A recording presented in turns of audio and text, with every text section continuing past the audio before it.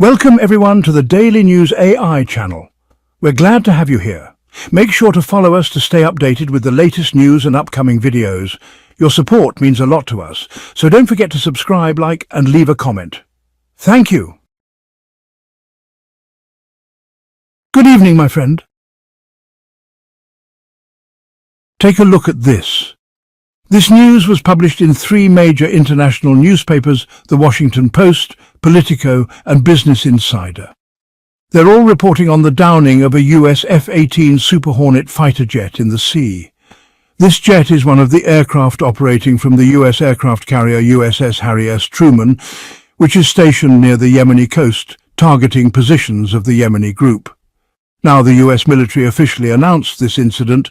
If it's true, it's a disaster. You might ask, why, Mohammed? Well, how can a semi-organized militant group manage to take down an aircraft belonging to the most powerful military in the world just like that? That's not to mention the enormous daily costs the US has incurred since the attacks began on March 15th. Can you imagine how much it's cost so far? We're talking about nearly $3 billion in just operational expenses, not even including losses like this jet, and you'll hear more about those losses in a moment. This raises a lot of questions. How could something like this happen? Will the United States now escalate its response against the Yemeni group? Are we going to see harsher strikes? Because logically, the United States shouldn't stay silent. Also, how does this relate to the ongoing negotiations between Washington and Tehran over the nuclear deal? Why is Israel strongly opposing those talks and insisting on a military option instead? And how is all of this connected to the massive arms deal that Saudi Arabia and the United States are preparing? Valued at over $100 billion? Get your coffee ready, sit back, and let's dig into the details. They're very important. Let's start by focusing on the strange incident involving United States forces stationed near the southern part of the Arabian Peninsula off the Yemeni coast. These forces are part of a combat group carrying out strikes aimed at weakening the Yemeni group's ballistic capabilities. According to the sources mentioned earlier, on Monday, April 28, 2025, the United States Navy lost an F-18 Super Hornet in the Red Sea. The jet was operating from the aircraft carrier USS Harry S. Truman. The aircraft went down while trying to evade a missile launched by the Yemeni group, which caused the pilot to miss the landing strip on the carrier, leading to the jet crashing into the sea along with its tow vehicle.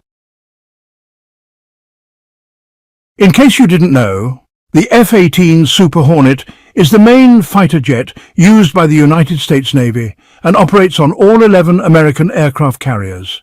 There isn't a single United States carrier in the world that doesn't have this aircraft on board. Its combat range exceeds 700 kilometers, specifically about 722 kilometers, without refueling. It can reach speeds of Mach 1.8, roughly over 2,000 kilometers per hour, carry up to 8 tons of weapons and ammunition, and is armed with a 20mm cannon. Each unit costs the United States Navy between $60 and $70 million. The investigation into the crash is ongoing, and this incident has come as a huge shock, not just for the Navy, but for the entire world. How can a militia-classified group do something like this to the most powerful military on Earth? Even if the missile didn't directly hit the jet and it was merely trying to dodge it, the result was still the same. The aircraft crashed. This reveals the significant capabilities of the Yemeni group, which should not be underestimated. And when you consider the financial losses and spending since March 15th, we're talking about a month and a half now, responsible statecraft reports the total costs are nearing and may exceed $3 billion. These costs include using missiles like Tomahawk and JASSM, along with other ammunition and assets. In addition to the Super Hornet, another US drone, the MQ-9 Reaper, which costs around $30 million, was also lost. According to the same source, the total losses so far are estimated at about $200 million, not including the daily operational costs of running a carrier like the USS Truman. Operating such a combat group, which includes the carrier itself, with 5,000 personnel on board, 60 to 70 aircraft, missiles, support ships, frigates and patrol boats, costs hundreds of thousands if not millions of dollars daily. Just one Tomahawk missile alone is extremely expensive. And despite this staggering expense, it has achieved very little. The Yemeni group remains strong, continues its operations, and has even shot down a US jet. Some say the US, or rather the Trump administration, may be using this situation as leverage in the nuclear negotiations with Iran. However, according to Western sources, this strategy is ineffective. $3 billion spent for nothing. That's their conclusion, not ours. All this is happening as Washington and Tehran hold their third and final round of nuclear talks, currently taking place in Muscat, Oman. Steve Witkoff has been negotiating with Iran's Deputy Foreign Minister, Abbas Araghchi, and President Donald Trump described these talks as constructive and productive, which is a relatively good sign. The goal of the negotiations from Iran's side is to lift international sanctions on its economy while maintaining its right to enrich uranium for peaceful purposes. However, the bigger problem, my friend, is that the right-wing government in Israel completely rejects this and is insisting on a US military strike on Iran's nuclear facilities to destroy a significant part of the program. But the reality is neither Israel nor the US will be able to fully eliminate Iran's nuclear program through military action. Any potential attack would certainly be an airstrike, not a ground invasion, because no one can realistically enter Iran on the ground. The vast Persian desert makes that nearly impossible. Even if they sent in a group of commandos for specific missions, it would still be impossible to completely dismantle the missile program infrastructure so easily. Netanyahu wants this, but on the other hand, the US and the Western powers in general do not. Even Iran, which has lost a lot in recent years, especially in terms of its military presence across Arab countries, now in its weakest state, is left with just one major bargaining chip, the strength of its nuclear and ballistic missile programs. That's why Iran also needs negotiations. Because of this, and all the reasons mentioned, the world is closely watching these negotiations to see where they will lead this time. Amid all of this, the region is waiting for a major event at the beginning of May. President Donald Trump's first international visit to the Gulf region, specifically to Saudi Arabia, the UAE and Qatar. Reports indicate that during this visit, a massive arms deal will be announced, a deal worth over $100 billion between Saudi Arabia and the US. And by the way, this is separate from the investment Saudi Arabia pledged to make in the American economy. Almost $1 trillion or $1,000 billion, which is exactly what Trump asked for. In return, he is making Saudi Arabia his first foreign visit. During this visit, Trump is expected to offer weapons deals, but with conditions. The main condition is to freeze any current or future arms deals with other countries, especially China, because the $100 billion figure is extremely large under current global arms production circumstances. OPEX 360, a site specializing in military news and analysis, reported that the decision to lift the arms sales ban and Trump's intention to resume selling weapons to Saudi Arabia won't happen without a trade-off. In exchange for obtaining US weapons, Saudi authorities would need to reduce Chinese investments in the kingdom and stop buying military equipment from Beijing. These conditions are part of the ongoing global power struggle between Washington and Beijing. Leaks suggest the types of weapons Saudi Arabia may receive, such as C-130 transport aircraft, advanced MQ-9 Reaper drones, and possibly a $20 billion deal. In terms of fighter jets, Boeing is expected to offer the kingdom new, advanced versions of its preferred F-15 fighter jet, as well as potentially F-35 stealth fighters, which would be offered to Saudi Arabia for the first time ever. If that happens, it could cause tension between the UAE and the US, as the UAE has long sought a fleet of American F-35 stealth fighters. As you know, the US has been supplying arms to Saudi Arabia for many years.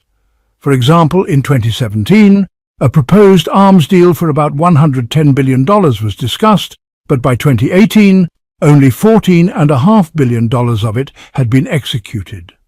Under U.S. law, large arms deals are subject to review by congressional committees before final approval. Under President Biden's administration, the U.S. began softening its stance towards Saudi Arabia in 2022, especially after the Russia-Ukraine war disrupted global oil supplies. In 2024, the U.S. lifted the ban on offensive weapons sales to Saudi Arabia, deepening cooperation between Washington and Riyadh, particularly amid the ongoing genocidal war led by Israel in Gaza. This might be part of a broader strategy, potentially even a normalization incentive, where the deal includes upgrades to Saudi Arabia's current fleet of F-35S or new stealth fighter acquisitions, giving the kingdom a major technological boost and helping Israel maintain air superiority in the region. It's also expected that Saudi Arabia will receive advanced drones, UAVs, to significantly strengthen its capabilities in surveillance, monitoring and reconnaissance, ISR. This reflects the increasing importance of such capabilities in modern warfare and in dealing with similar threats. For Saudi Arabia, air power is crucial, especially due to the vast desert areas in the country, which are nearly impossible to monitor using ground forces alone. And with ongoing threats from ballistic missiles and drones, particularly from Iran and its allies in Yemen, it's almost certain that this arms deal will include the latest air defense systems such as Patriot and THAAD systems, especially Patriot PAC-3, which has proven effective against many attacks from Yemeni groups. The deal will also definitely include precision-guided munitions, which are a key component in both Saudi Arabia's air and ground operations. Therefore, it is highly likely the deal will also include advanced radar systems, command infrastructure, and communication systems. So, we're talking about a huge and highly sophisticated batch of weapons coming from Washington to Riyadh, and that raises an important question. Does Saudi Arabia really need all these weapons right now? I mean, so far, thankfully, the kingdom hasn't entered a single war. The main issue is the Iranian threat, and in any major conflict, the US is capable of defending Saudi Arabia and even wiping Iran off the map if necessary. Experts say that Saudi Arabia is deeply concerned about growing regional threats, especially Iran's movements and those of its proxies in the region, particularly the frequent attacks involving ballistic missiles, drones and cruise missiles. Another key point is that the Middle East has entered a phase of serious arms competition, with rapid developments in air capabilities, particularly from countries like Egypt and Israel. So it's become essential for the kingdom to maintain a certain level of aerial power for deterrence and defense.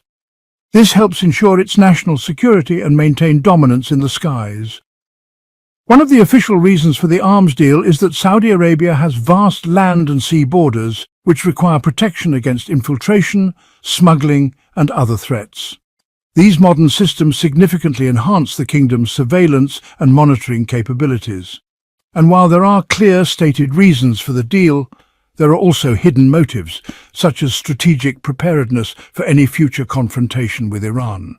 Saudi Arabia is preparing for the possibility of Iran acquiring nuclear weapons. If that happens, the kingdom will feel it has no choice but to match that capability, starting with acquiring the most advanced conventional weapons, until perhaps it develops its own nuclear deterrent. Who knows how that might unfold, but Pakistan might play a role in that scenario. The bottom line, my friend, is that Saudi Arabia sees itself as a rising power in the Gulf and the broader Middle East, and it can't be a real power without having the most advanced weapons. The kingdom also wants to present itself to the world as a major force in the region, even if that comes at the expense of other countries like Egypt, which currently has the largest and strongest military in the Middle East. At the same time, this sends a clear message to the rest of the Gulf. Saudi Arabia is the dominant power in the region, especially to countries like Qatar and the UAE. So Riyadh is not just competing in terms of military power, it's also playing a strategic role. The UAE might shine through its investments, and Qatar might benefit from flexible relationships with the West and Saudi Arabia, as well as its military capabilities. This deal, if completed, could dramatically shift the balance of power in the Middle East. A deal of this scale has been mentioned since 2017, but was never finalized. If it goes through this time, possibly during Trump's second term, and reaches the projected figures, it could change a lot of things in the regional equation. The kingdom would, at least theoretically, have powerful deterrence capabilities and significant firepower, which could shift the current military balance between regional powers. At the same time, this could drive other countries to pursue similar advanced weapon systems or even counter-systems to maintain their own security balance. This would further accelerate the arms race in an already militarized region. But the most important aspect, as we said, is that this deal reaffirms the U.S role. It's a message that America remains the key security partner for Saudi Arabia and for the region as a whole. It signals that the Middle East is primarily under American influence, which could limit the presence of other suppliers like Russia and China, who are trying to expand their footprint through countries like Egypt. In the end, my friend, this arms deal stands at a critical crossroads. It could either become a historic opportunity to reshape the balance of power in the Gulf and the broader Middle East, or a tough test of the Saudi-American alliance's ability to withstand political and security shifts. Because this time, if Saudi Arabia doesn't get what it wants, it won't just threaten to go elsewhere. It actually might. Time will tell whether this deal will happen and become a cornerstone of a new regional security structure, or remain just an ambition to challenge Russian and Chinese influence in the Middle East. Until we find out, don't forget to subscribe to the channel, my friend, and that's it for now. Goodbye.